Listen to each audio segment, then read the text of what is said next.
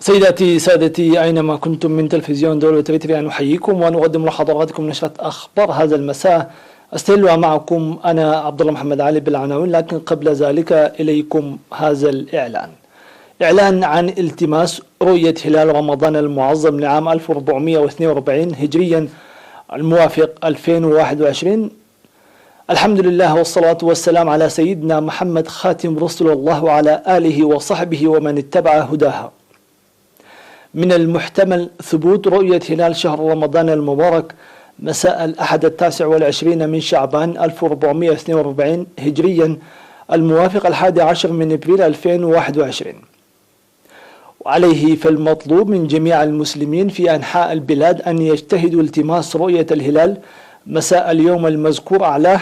فمن رأى الهلال فعليه إثبات شهادته لدى أقرب مكتب فرعي لدار الإفتاء أو مجلس أوقاف. فإذا ثبتت رؤية هلال شهر رمضان المبارك في التاريخ المذكور أعلاه فسوف يكون يوم الاثنين 12 من أبريل قرة شهر رمضان لعام 1442 هجريا الموافق 12 من أبريل 2021. فإن لم تثبت رؤيته فسيكون أوله يوم الثلاثاء 13 من أبريل. أعان الله على صيامه وقيامه، وكل عام وأنتم بألف خير. دار الإفتاء والشؤون الإسلامية الإريترية. والآن إلى عناوين الأخبار.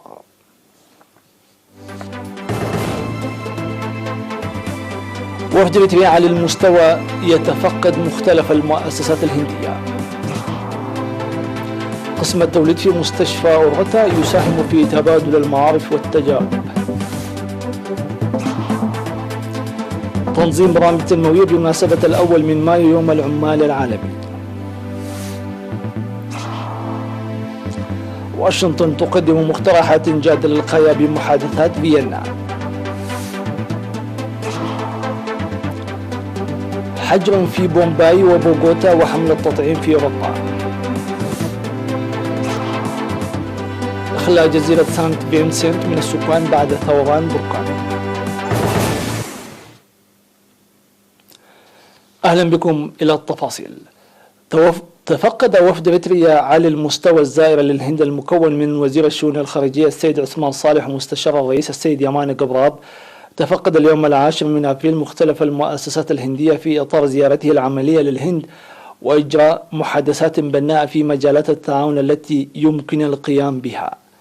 وتفقد الوفد مركز طاقة للكهرباء ينتج 63 ألف واط وتشرف عليه المؤسسة الوطنية للطاقة التي تديرها الحكومة الهندية ومركز التدريب.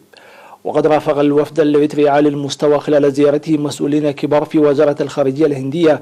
وقدم مدراء تلك المؤسسات توضيحا مسهبا للوفد مصحوبا بالصورة المتحركة. وكان وفد إريتريا على المستوى الذي يضم وزير الشؤون الخارجية السيد عثمان صالح ومستشار الرئيس السيد يمان قبراب قد التقى يوم 8 و9 من أبريل مختلف المسؤولين في الهند ورواد الأعمال، وبحث كافة جوانب التعاون الثنائي والقضايا الإقليمية والدولية ذات الاهتمام المشترك.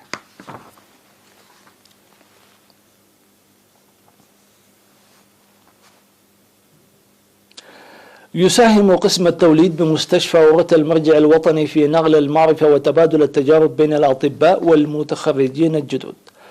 وأوضح مدير القسم الدكتور تصفاس الله سزر إزقل وكالة الأنباء الإريترية أن مستشفى الولادة المرجع الوطني يخلق بيئة لنقل المعرفة الفعلية وتبادل التجارب للمهنيين الجدد، إضافة إلى مساعيه الحثيثة لسلامة الحوامل وتأمين عملية الولادة.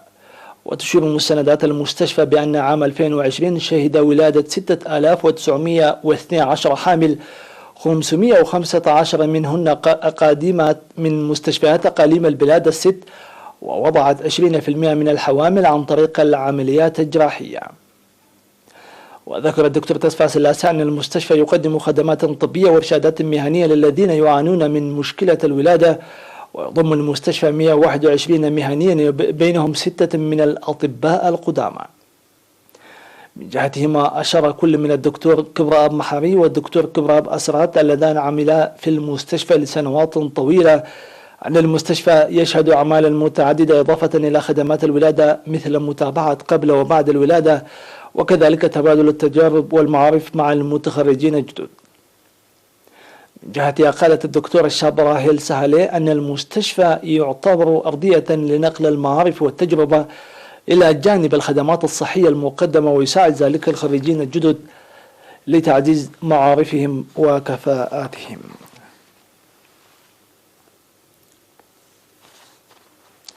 قامت الكونفدرالية الوطنية للعمال بأنشطة تنموية بمناسبة الأول من مايو اليوم العالمي للعمال تحت شعار العمل للتنمية الخضراء، واشتملت الأنشطة التي بدأت في 9 من أبريل وتتواصل حتى 24 من أبريل اشتملت التشجير وحملات النظافة والتبرع الطوعي للدم من عمال مختلف المؤسسات الحكومية والرياضيين. وأوضح مسؤول العلاقات الخارجية في الكونفدرالية ومنسق البرنامج السيد أبراهام برخت أنه يتوقع مشاركة 500 عامل من 24 مؤسسة للتبرع الطوعي بالدم. وأعرب السيد الشنافي كداني من المنظمين للعمال في مصنع بيرة عن ارتياحه للاحتفاء بعيد العمال بمثل هذا العمل النبيل، مشيدا بالاستعداد الذي أبداه الرياضيون. ويتضمن برنامج الكونفدرالية الوطنية للعمال بمناسبة اليوم العالمي للعمال التبرع الطوعي للدم من 9 وحتى 19 من أبريل، والتشجير في مكان العمل ومنطقة مايحوتسا يوم 23 من أبريل، وحملة نظافة في مستشفى ورطة يوم 24 من أبريل. وتنفذ جميع الأنشطة بالتقيد بالإجراءات الاحترازية للتصدي لوباء كورونا.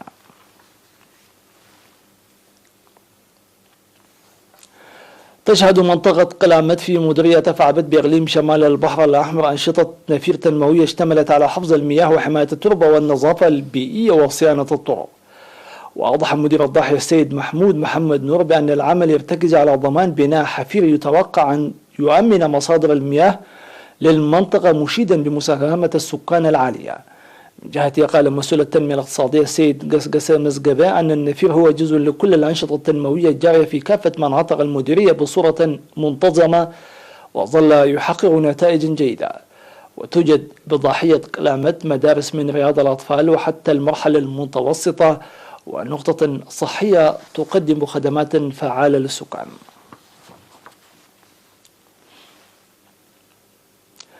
استشهد المناضل العقيد ولد جبريل سعر حتقول يوم 10 من أبريل إثر مرض ألم به عن عمر ناهز 65 عاما. التحق المناضل العقيد ولد جبريل سعر حتقول إلى صفوف جبهة التحرير الإريترية في عام 1974، وانتقل إلى صفوف قوات التحرير الشعبية الإريترية في شهر فبراير 1975، وخدم شعبه ووطنه في نضال التحرير من الجند العادي حتى قائد هيئة الفرقة بوفاء وإخلاص. شهد المناضل العقيد ولد جبريل سعر حتقو رب أسرة وأب ل5 أبناء. غري جثمانه الثرى قبل ظهر اليوم 10 من أبريل في مقبرة الشهداء بمدينة كرن. ويستعرب وزارة الدفاع عن بالغ حزنها باستشهاد المناضل العقيد ولد جبريل سعر حتقو، تقدم أحر تعازيها لأسرته ورفاقه.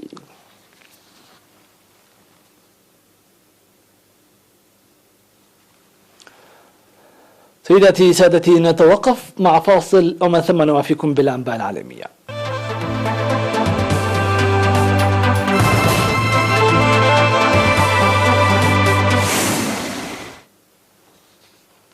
أهلا بكم من جديد. اختتمت في فيينا اجتماعات أطراف الاتفاق النووي الإيراني بعد 4 أيام من المحادثات، وبينما أكدت واشنطن وجود مؤشرات على جدية إيران، قالت طهران أنها لن تجمد خطوات خفض الالتزام بناء على مؤشرات إيجابية غير مضمونة. واستعرض المشاركون في اليوم الأخير من الاجتماعات التطورات المقدمة من لجان الخبراء بشأن الخطوات الممكن اتخاذها من أجل التوصل إلى خريطة طريق تمهد لعودة الولايات المتحدة إلى الاتفاق. من جانبه قال المندوب الصيني أن الأطراف في سباق مع الزمن لعودة الولايات المتحدة وإيران للالتزام بالاتفاق النووي. وفي سياق متصل قال وزير الخارجية الإيراني محمد جواد ظريف أن بلاده اقترحت مسارا منطقيا للامتثال لخطة العمل المشتركة يشمل عودة واشنطن إلى الامتثال الكامل للخطة. يخضع ملايين الأشخاص من بومبي الهندية إلى بوغوتا الكولومبية في عطلة نهاية الأسبوع الحالي لإجراءات حجر جديدة وحظر تجول، في حين أن حملات التلقيح ضد فيروس كورونا في أوروبا المتعثرة أصلا باتت تصطدم بنقص في الجرعات المتوفرة والخشية من آثار جانبية. وفي حين يسجل ارتفاع كبير في الإصابات في الهند، زاد عن 132 ألفا في غضون 24 ساعة. تبدأ ولاية مهاراشترا أكثر ولايات البلاد تضررا من الموجة الثانية من الفيروس حجرا يتواصل طوال عطلة نهاية الأسبوع في إجراء يطال 125 مليون شخص. وهذا ويخضع سكان بوغوتا عاصمة كولومبيا البالغ عددهم 8 ملايين شخص للحجر خلال عطلة نهاية الأسبوع، أيضا على ما أعلن رئيس بلديتها كلاوديو لوبيز. وتعد كولومبيا ثاني دول أمريكا اللاتينية تضررا جراء الوباء وراء البرازيل مع نحو 2.5 ملايين حالة.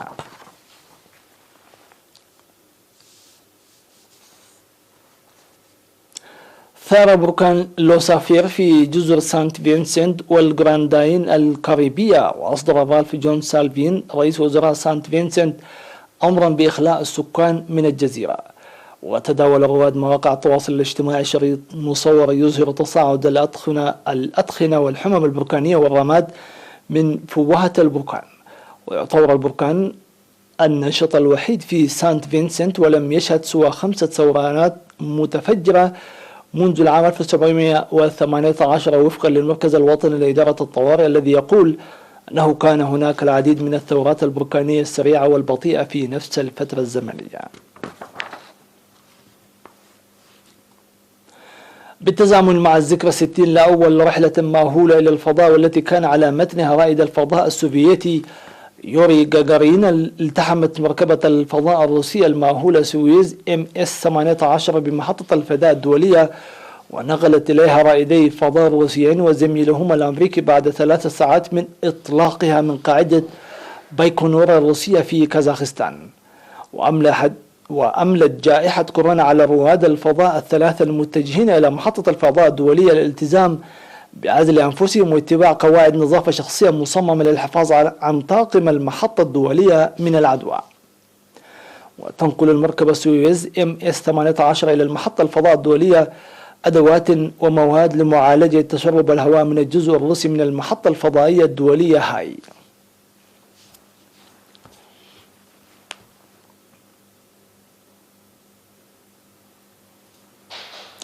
هكذا وصلنا إلى ختام هذه النشرة، وحتى جديد اللقاء أتقبل أجمل التحيات وأطيب المنى، في أمان الله.